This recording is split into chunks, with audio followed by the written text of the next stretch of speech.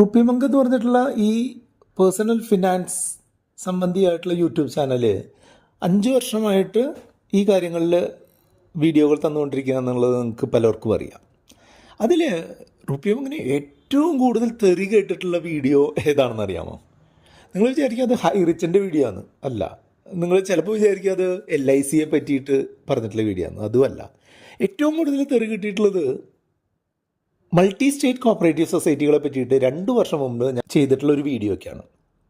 Multi state cooperative സൊസൈറ്റികൾ അതിൽ invest ചെയ്യുന്നത് വളരെ റിസ്ക് ആണെന്നും കൃത്യമായിട്ടുള്ള പ്രൊമോട്ടർ ഗ്രൂപ്പ് ചെയ്യാത്ത മൾട്ടി സ്റ്റേറ്റ് കോപ്പറേറ്റീവ് സൊസൈറ്റികൾ നമ്മുടെ പണം നഷ്ടപ്പെടുത്താനുള്ള സാധ്യതയുണ്ടെന്നും ആളുകളെ എഡ്യൂക്കേറ്റ് ചെയ്യുന്നതിൻ്റെ ഭാഗമായിട്ട് പറഞ്ഞതിന് ഗംഭീര തെറികളൊക്കെയാണ് നമുക്ക് കമൻറ്റ് രൂപത്തിലും വാട്സപ്പിൽ മെസ്സേജുകളായിട്ടൊക്കെ കിട്ടിയിട്ടുള്ളത്. പക്ഷേ അതൊക്കെ കൃത്യമായിരുന്നു എന്നുള്ളത് തെളിയിക്കുന്ന കുറച്ച് കാര്യങ്ങളാണ് കഴിഞ്ഞ 1-2 ആഴ്ചയായിട്ട് നടന്നുകൊണ്ടിരിക്കുന്നത്. കേരളത്തിൽ മിക്കവാറും എല്ലാ ടൗണുകളിലും പ്രസൻസ് ഉള്ള ഒരു മൾട്ടി സ്റ്റേറ്റ് കോപ്പറേറ്റീവ് സൊസൈറ്റിയിൽ ഇൻകം ടാക്സിൻ്റെ റെയ്ഡ് നടക്കുകയും 3800 കോടി രൂപയുടെ തിരിമറി കണ്ടെത്തുകയും ചെയ്തു എന്നുള്ള വാർത്ത പലരും പല മാധ്യമങ്ങൾ വഴിയും കണ്ടിട്ടുണ്ടാവും. മൾട്ടി സ്റ്റേറ്റ് കോപ്പറേറ്റീവ് സൊസൈറ്റികൾ റിസ്ക് ആണ് എന്ന് നമ്മൾ 2 കൊല്ലം മുമ്പ് പറഞ്ഞ വീഡിയോയ്ക്ക് ആധാരമായിട്ടുള്ള കാര്യങ്ങൾ ഇപ്പോഴും റെലവൻ്റ് ആണെന്ന് കാണിക്കുന്നതിനായിട്ട് മാത്രമാണ് ഈ വീഡിയോ. തൃശ്ശൂർ തന്നെ ഇപ്പോൾ 10ഓളം മൾട്ടി സ്റ്റേറ്റ് കോപ്പറേറ്റീവ് സൊസൈറ്റികൾ വർക്ക് ചെയ്യുന്നുണ്ട്. എല്ലാ ജില്ലാ ആസ്ഥാനങ്ങളിലും അതുപോലെ നെക്സ്റ്റ് വലിയ സിറ്റികളിലും ഒക്കെ മൾട്ടി സ്റ്റേറ്റ് കോപ്പറേറ്റീവ് സൊസൈറ്റികളുടെ ഒന്നല്ലെങ്കിൽ മറ്റൊരു ഓഫീസുകളൊക്കെ ഉണ്ട്. ഓരോ ബ്രാഞ്ചുമായിട്ട് ബന്ധപ്പെട്ടും 100 കണക്കിന് ഏജൻറ്റുമാരാണ് വർക്ക് ചെയ്യുന്നത്. ഈ ഏജൻറ്റുമാർ വർക്ക് ചെയ്യുന്നത് എന്താണ്?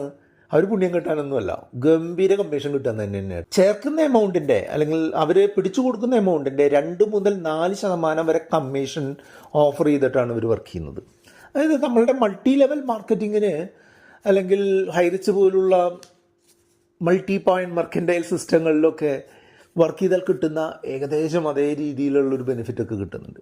ഇവിടെ പ്യുവറായിട്ടും ആളുകളുടെ അടുത്ത് നിന്ന് ഡെപ്പോസിറ്റ് ക്യാൻവാസ് ചെയ്യാനും ലോണുകൾ ചെറിയ രീതിയിലുള്ള ലോണുകൾ കൊടുക്കാനും ഗോൾഡ് സ്കീമുകൾ നടത്താനും ഒക്കെ ആണ് ഇവർ ഇതിനെ ഉപയോഗിക്കുന്നതെന്നാണ് പറഞ്ഞു വരുന്നത്. വളരെയധികം കമ്മീഷൻ കിട്ടുന്നു എന്നുള്ളത് കൊണ്ട് തന്നെ ധാരാളം യുവജനങ്ങളും ധാരാളം തൊഴിൽരഹിതരായിട്ടുള്ള ആളുകളും ഇതിൽ പങ്കെടുക്കുന്നുണ്ട്. സെൻട്രൽ ഗവൺമെൻറ്റിൻ്റെ കോപ്പറേറ്റീവ് രജിസ്ട്രാറുടെ കീഴിൽ രജിസ്റ്റർ ചെയ്തിട്ടുള്ള ഇന്ത്യയിലെ MSCS act, multi state cooperative society act പ്രകാരം വർക്ക് ചെയ്യുന്നതും ബഡ്സ് നിയമത്തിനനുസരിച്ച് വർക്ക് ചെയ്യുന്നു എന്ന് പറയുന്നതുമായിട്ടുള്ള സ്ഥാപനങ്ങളാണ് ഈ മൾട്ടി സ്റ്റേറ്റ് കോപ്പറേറ്റീവ് സൊസൈറ്റികൾ. പല സംസ്ഥാനത്ത് വർക്ക് ചെയ്യാമെന്നുള്ളതാണ് ഇത്തരം സൊസൈറ്റികളുടെ ഗുണം. എല്ലാ ബാങ്കുകളും ചെയ്യുന്നത് പോലെ തന്നെ പൈസയുള്ള ആളുകളുടെ നിന്ന് പൈസ വാങ്ങുക, ലോൺ കൊടുത്ത് അത് മുന്നോട്ട് പോവുക എന്നുള്ളതൊക്കെയാണ് ഇവരുടെ ഉദ്ദേശം. മൾട്ടി സ്റ്റേറ്റ് കോപ്പറേറ്റീവ് സൊസൈറ്റികൾ പക്ഷേ ഒരിക്കലും ഒരു സാധാരണ ബാങ്കിനെ വെച്ച് കമ്പയർ ചെയ്യാൻ പറ്റില്ല. പബ്ലിക് സെക്ടറിലുള്ളതോ പ്രൈവറ്റ് സെക്ടറിലോ ഉള്ളതോ ആയിട്ടുള്ള ബാങ്കുകളിൽ നമ്മളിടുന്ന പൈസ 5 ലക്ഷം രൂപ വരെ സേഫാണ്. പക്ഷേ മൾട്ടി സ്റ്റേറ്റ് കോപ്പറേറ്റീവ് സൊസൈറ്റികളിൽ അങ്ങനെ ഒരു safety, deposit insurance credit guarantee കോർപ്പറേഷൻ്റെ സേഫ്റ്റി അവകാശപ്പെടാനില്ല എന്നുള്ളത് ഈ സ്ഥാപനങ്ങൾ റിസ്ക് ആണ് എന്നുള്ളത് കൃത്യമായിട്ട് വിളിച്ചു പറയുന്നുണ്ട്. പണം വാങ്ങി ലോൺ കൊടുത്ത് മുന്നോട്ട് പോവുക എന്നുള്ളൊരു ഉദ്ദേശത്തിൽ മെമ്പർമാരെ ചേർത്തുകൊണ്ട് പണം ഡെപ്പോസിറ്റായിട്ട് വാങ്ങിയിട്ട് മുന്നോട്ട് പോവുക എന്നുള്ളത് തന്നെയാണ് ഇവരുടെ ഉദ്ദേശമെങ്കിലും ഞാൻ അന്ന് പറഞ്ഞിട്ടുള്ള ആ വീഡിയോയിൽ പറഞ്ഞിട്ടുണ്ടായിരുന്നു, ഇവർ കൃത്യമായിട്ട് പണം വാങ്ങി ലോൺ കൊടുത്ത് മുന്നോട്ട് പോകുന്ന സ്ഥാപനങ്ങളാണെന്നുണ്ടെങ്കിൽ മുന്നോട്ട് പോകുമെങ്കിലും ഇതിലുള്ള ആളുകൾ, ഇതിൻ്റെ പ്രൊമോട്ടർമാരായിട്ടുള്ള ആളുകൾ അല്ലെങ്കിൽ ഇതിൻ്റെ ഡയറക്ടർമാരായിട്ടുള്ള ആളുകൾ ചെയ്യുന്ന കൊള്ളരുതായ്മകൾ, അതായത് കിട്ടുന്ന പൈസ വകമാറ്റി ചെലവഴിച്ച് ആർഭാടത്തിനായിട്ട് ഉപയോഗിച്ച് കഴിഞ്ഞിട്ടുണ്ടെന്നുണ്ടെങ്കിൽ ഏത് സ്ഥാപനവും പൊളിയുന്നത് പോലെ ഇതും പൊളിയും എന്നുള്ളത് പറഞ്ഞിരുന്നു. അതായിരിക്കും മൾട്ടി സ്റ്റേറ്റ് കോപ്പറേറ്റീവിൽ പൊളിയാനോ അല്ലെങ്കിൽ അതിലിടുന്ന പൈസ നഷ്ടപ്പെടാനോ ഉള്ള പ്രധാനപ്പെട്ട കാരണം എന്ന് ഞാൻ അതിൽ കൃത്യമായിട്ട് സൂചിപ്പിച്ചിട്ടുണ്ടായിരുന്നു. അതിന് ഇപ്പോഴും ആഴ്ചയിൽ 5-6 കമൻറ്റുകൾ തെറിയായിട്ട് കേൾക്കുന്നുണ്ട്. സാധാരണ ഒരു ബാങ്കിൽ നിന്ന് കിട്ടുന്നതിനേക്കാൾ 4 മുതൽ 5% വരെ പലിശ കൂടുതൽ തരുന്നു എന്ന് കണ്ടുകൊണ്ട് ഇതിൻ്റെ റിസ്ക് മനസ്സിലാക്കാതെ, ഇതിലെ ആളുകൾ, ഇതിലെ ഡയറക്ടർമാരുടെ ക്രെഡിബിലിറ്റി മനസ്സിലാക്കാതെ, ഇതിൽ നിന്ന് എവിടെ സ്ഥാപിച്ചിട്ടുള്ള സ്ഥാപനമാണ്, ഇവിടെ അവർക്ക് എന്തുമാത്രം പ്രസൻസ് ഉണ്ട്, ഇവരുടെ ബിസിനസ് എങ്ങനെയാണ്, ഇതിൻ്റെ ട്രാക്ക് റെക്കോർഡ് എങ്ങനെയാണ്, ഇത് പ്രീമച്ചുറായിട്ട് ക്ലോസ് ചെയ്യാൻ പറ്റുന്ന സംവിധാനമാണോ, അങ്ങനെയുള്ള കാര്യങ്ങളൊക്കെ നോക്കിയിട്ട് മാത്രം നിക്ഷേപിക്കുക എന്നുള്ളത് നമ്മൾ പലപ്പോഴും പല ആളുകളോടും പറയാറുണ്ട് എന്നുണ്ടെങ്കിലും പൈസ 4-5% കൂടുതൽ കിട്ടുന്നു എന്നുകൊണ്ട് നമ്മൾ കൊടുക്കുന്ന പൈസയ്ക്കുള്ള ലാഭം കൂടുതൽ കിട്ടട്ടെ എന്നുള്ള അത്യാഗ്രഹത്തിൻ്റെ പുറത്ത് ചേരുന്നവരാണ് ഇപ്പോൾ പൈസ പോകുന്നു എന്ന് കണ്ടിട്ട് നമ്മളോടൊക്കെ വിളിച്ചന്വേഷിക്കുന്നത്. ഈ 4-5% കൂടുതൽ പണം പലിശയ്ക്കായിട്ട് കൊടുക്കുന്നത് നല്ലൊരു കാര്യം തന്നെ. പക്ഷേ ഇങ്ങനെ 4-5% പൈസ കൂടുതൽ ഡെപ്പോസിറ്റേഴ്സ് കൊടുത്തു കഴിഞ്ഞിട്ടുണ്ടെന്നുണ്ടെങ്കിൽ നമ്മൾ ഈ ബാങ്ക് വഴി ലോൺ എടുക്കാൻ പോകുമ്പോഴും ഈ 4-5% അല്ലെങ്കിൽ 5-6% കൂടുതൽ ഇൻട്രസ്റ്റ് റേറ്റ് വേണം അല്ലേ. അപ്പോൾ ഇങ്ങനെ കൂടുതൽ ഇൻട്രസ്റ്റ് റേറ്റുള്ള ലോൺ എടുക്കാൻ ആരാ വരിക? അത്ര നല്ല ട്രാക്ക് റെക്കോർഡില്ലാത്ത, സിബിൽ സ്കോർ അത്ര നല്ലതല്ലാത്ത, കൃത്യമായിട്ടുള്ള ഇൻകം ഇല്ലാത്ത, വലിയ ട്രസ്റ്റ് വർത്തി അല്ലാത്ത ആളുകളായിരിക്കും ഇതിൽ ലോൺ എടുക്കാൻ വരിക. അപ്പോൾ ഈ ലോൺ എടുക്കാൻ വന്നിട്ടുള്ള ആളുകൾ കൃത്യമായിട്ട് തിരിച്ചടച്ചില്ല എന്നുണ്ടെങ്കിൽ ഈ സ്ഥാപനത്തിൻ്റെ തിരിച്ചടവ് മുടങ്ങുകയും കൊടുത്ത പൈസ തിരികെ ആളുകൾ പലിശയടക്കം തിരികെ ചോദിക്കുമ്പോൾ തിരികെ കിട്ടാത്ത അവസ്ഥ വരികയും ചെയ്യും.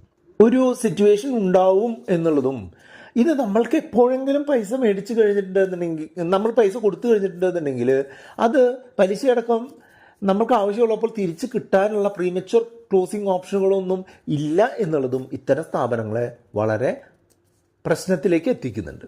ഈ ലോണുകൾ കൊടുക്കുന്നത് കുറവാണ് എന്നുള്ളത് ഞാൻ പറഞ്ഞല്ലോ. പക്ഷെ പ്രശ്നത്തിലകപ്പെട്ടിട്ടുള്ള ഈ സ്ഥാപനം ഈ ലോണുകൾ കൊടുക്കുന്നതിലൊന്നും വലിയ ശ്രദ്ധയില്ല. ഇതിൽ കിട്ടുന്ന പൈസ മറ്റുള്ള കമ്പനികളിലേക്ക്, മറ്റുള്ള മോശം സ്ഥാപനങ്ങളിലേക്കൊക്കെ വകമാറ്റി ചെലവഴിക്കുകയും ഇവരുടെ അത്യാർഭാടപൂർണമായിട്ടുള്ള ജീവിതത്തിന് വേണ്ടി ഉപയോഗിക്കുകയും ചെയ്തു എന്നുള്ളതാണ് ഇവരുമായിട്ട് ബന്ധപ്പെട്ടിട്ടുള്ള ന്യൂസുകൾ വായിക്കുമ്പോൾ മനസ്സിലാവുന്നത്.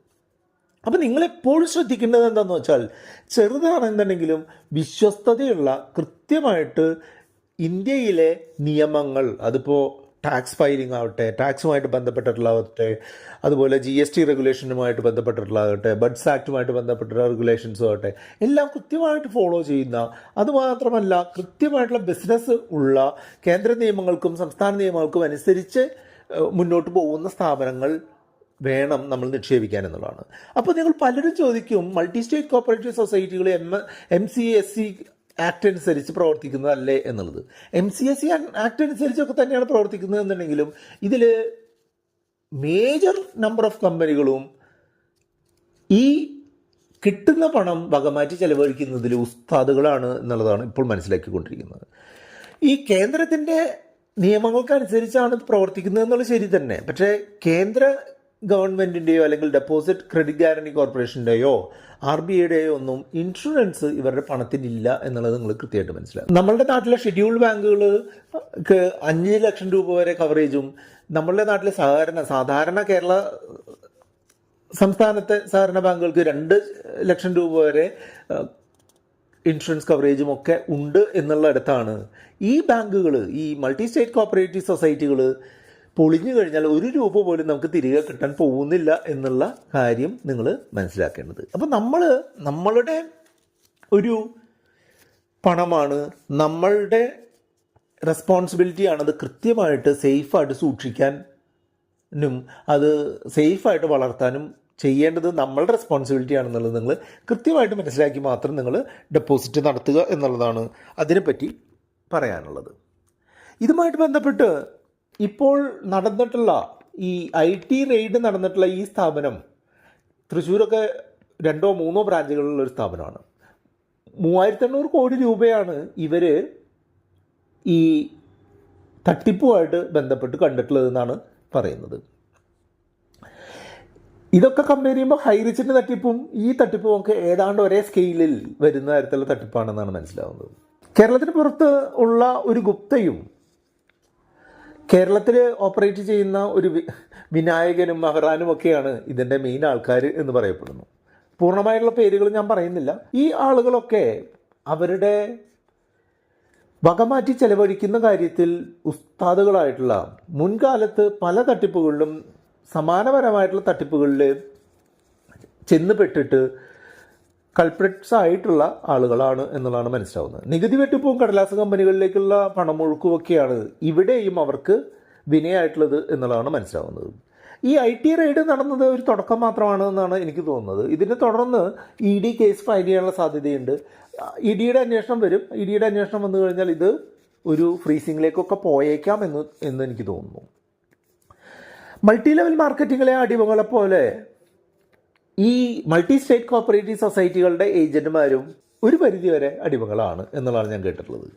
അപ്പോൾ ഡെപ്പോസിറ്റ് പിടിച്ചു കൊടുക്കുക, അതിന്മേൽ 2 മുതൽ 4% വരെ കമ്മീഷൻ അടിക്കുക എന്നുള്ളത് ജീവിതപ്രദമായിട്ട് നടക്കുന്ന ആളുകൾക്ക് ഈ ഡെപ്പോസിറ്റ് മേടിച്ചിട്ടുള്ള പൈസ ലോൺ കൊടുത്തിട്ട് ലാഭമുണ്ടാക്കിയ ആളുകൾക്ക് തിരികെ ലാഭം കൊടുക്കുന്നതാണ് എന്ന് പറഞ്ഞുകൊണ്ടാണ് ചെയ്യുന്നതെന്നുണ്ടെങ്കിലും അവരെല്ലാം തന്നെ ഈ ഗുപ്തന്മാരുടെയും അവറന്മാരുടെയും ഒക്കെ ദൂർത്തിനും വകമാറ്റി ചെലവഴിക്കലിനും കൊട പിടിക്കുകയാണ് എന്നുള്ളതാണ് മനസ്സിലാവുന്നത്. കേരളത്തിലെ 18.5 ലക്ഷം പേരെ ബാധിച്ചിരുന്ന ഒരു പ്രമാദമായ 58,000 കോടി രൂപയുടെ തട്ടിപ്പിൽ ഭാഗഭാക്കായിട്ടുള്ള ആളാണ് ഈ പറയുന്ന മൾട്ടി ലെവൽ മാർക്കറ്റിംഗ് സംവിധാനത്തിലെ പ്രധാനപ്പെട്ട കണ്ണിയായിട്ടുള്ള ആൾ.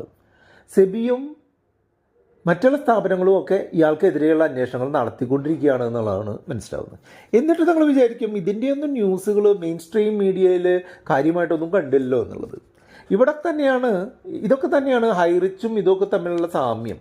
ഇവരെല്ലാം പൈസ കൊടുത്ത് മെയിൻ ലൈൻ മാധ്യമങ്ങളെ ചാക്കിട്ട് പിടിച്ചിരിക്കുകയാണ്. ഞാൻ ഈ റെയ്ഡിൻ്റെ കാര്യം സെർച്ച് ചെയ്തപ്പോൾ എനിക്ക് വളരെ ചുരുക്കം റിസൾട്ടുകൾ മാത്രമാണ് പബ്ലിക് ഡൊമൈനിൽ നിന്ന് കാണാനിടയായത്. നിങ്ങൾക്ക് സ്വപ്നത്തിൽ പോലും ചിന്തിക്കാൻ കഴിയാത്ത അത്ര വലിയ ലാഭം തരും എന്ന് പറഞ്ഞുകൊണ്ട് നിങ്ങളുടെ അടുത്തേക്കും വന്നിട്ടുണ്ടാവാം. നിങ്ങൾ അതിൽ ഇതുവരെയും പെട്ടിട്ടില്ല എന്നുണ്ടെങ്കിൽ നിങ്ങൾ കൃത്യമായിട്ടുള്ളൊരു ഫിനാൻഷ്യൽ അക്യുമെനുള്ള ആളാണ് എന്നുള്ളത് മനസ്സിലാക്കാം. അതല്ല എങ്ങാനും പെട്ടിട്ടുള്ള ആളുകളാണെന്നുണ്ടെങ്കിൽ അതിൽ നിന്ന് പുറത്ത് കടക്കാനുള്ള കാര്യങ്ങൾ നോക്കിക്കോളൂ എന്ന് മാത്രമേ ഈ കാര്യത്തിൽ എനിക്ക് പറഞ്ഞു തരാനുള്ളൂ. എപ്പോഴും നിങ്ങൾ മനസ്സിലാക്കുക, ഒരിക്കലും നടക്കാൻ സാധ്യതയില്ലാത്ത തരത്തിലുള്ള നിക്ഷേപങ്ങൾ തകരാനും നമ്മളുടെ പ്രിൻസിപ്പൽ എമൗണ്ട് പോലും നഷ്ടപ്പെടാനുമാണ് സാധ്യത എന്നുള്ളത് എപ്പോഴും മനസ്സിലാക്കിക്കൊണ്ട് മാത്രം ഇതുപോലുള്ള നിക്ഷേപ സ്കീമുകളെ ഒരു സംശയദൃഷ്ടിയോടുകൂടി മാത്രം കാണുകയും ആര് എന്തൊക്കെ പറഞ്ഞാലും അതിപ്പം ഞാൻ തന്നെ നാളെ ഇത്തരം സ്ഥാപനങ്ങളോ ഇത്തരം സ്കീമുകളോ നല്ലതാണെന്ന് പറഞ്ഞാലും അത് വിശ്വസിക്കാതിരിക്കാനുള്ള ഒരു ബോധം ഉണ്ടാക്കണം എന്ന് മാത്രം പറഞ്ഞുകൊണ്ടും ഈ വീഡിയോ നിർത്തുകയാണ്. ഇതുമായി ബന്ധപ്പെട്ട 2 വീഡിയോകൾ നമ്മൾ ചെയ്തിട്ടുണ്ട്. ആ വീഡിയോ കണ്ടുകൊണ്ട് നിങ്ങൾക്ക് മുന്നോട്ട് പോകാം. ഇതിനെപ്പറ്റി എന്തെങ്കിലും അറിയാനുണ്ടെന്നുണ്ടെങ്കിൽ നമ്മുടെ വാട്സപ്പ് നമ്പറായിട്ടുള്ള 8848030018 നിങ്ങൾക്ക് കോൺടാക്ട് ചെയ്യാം.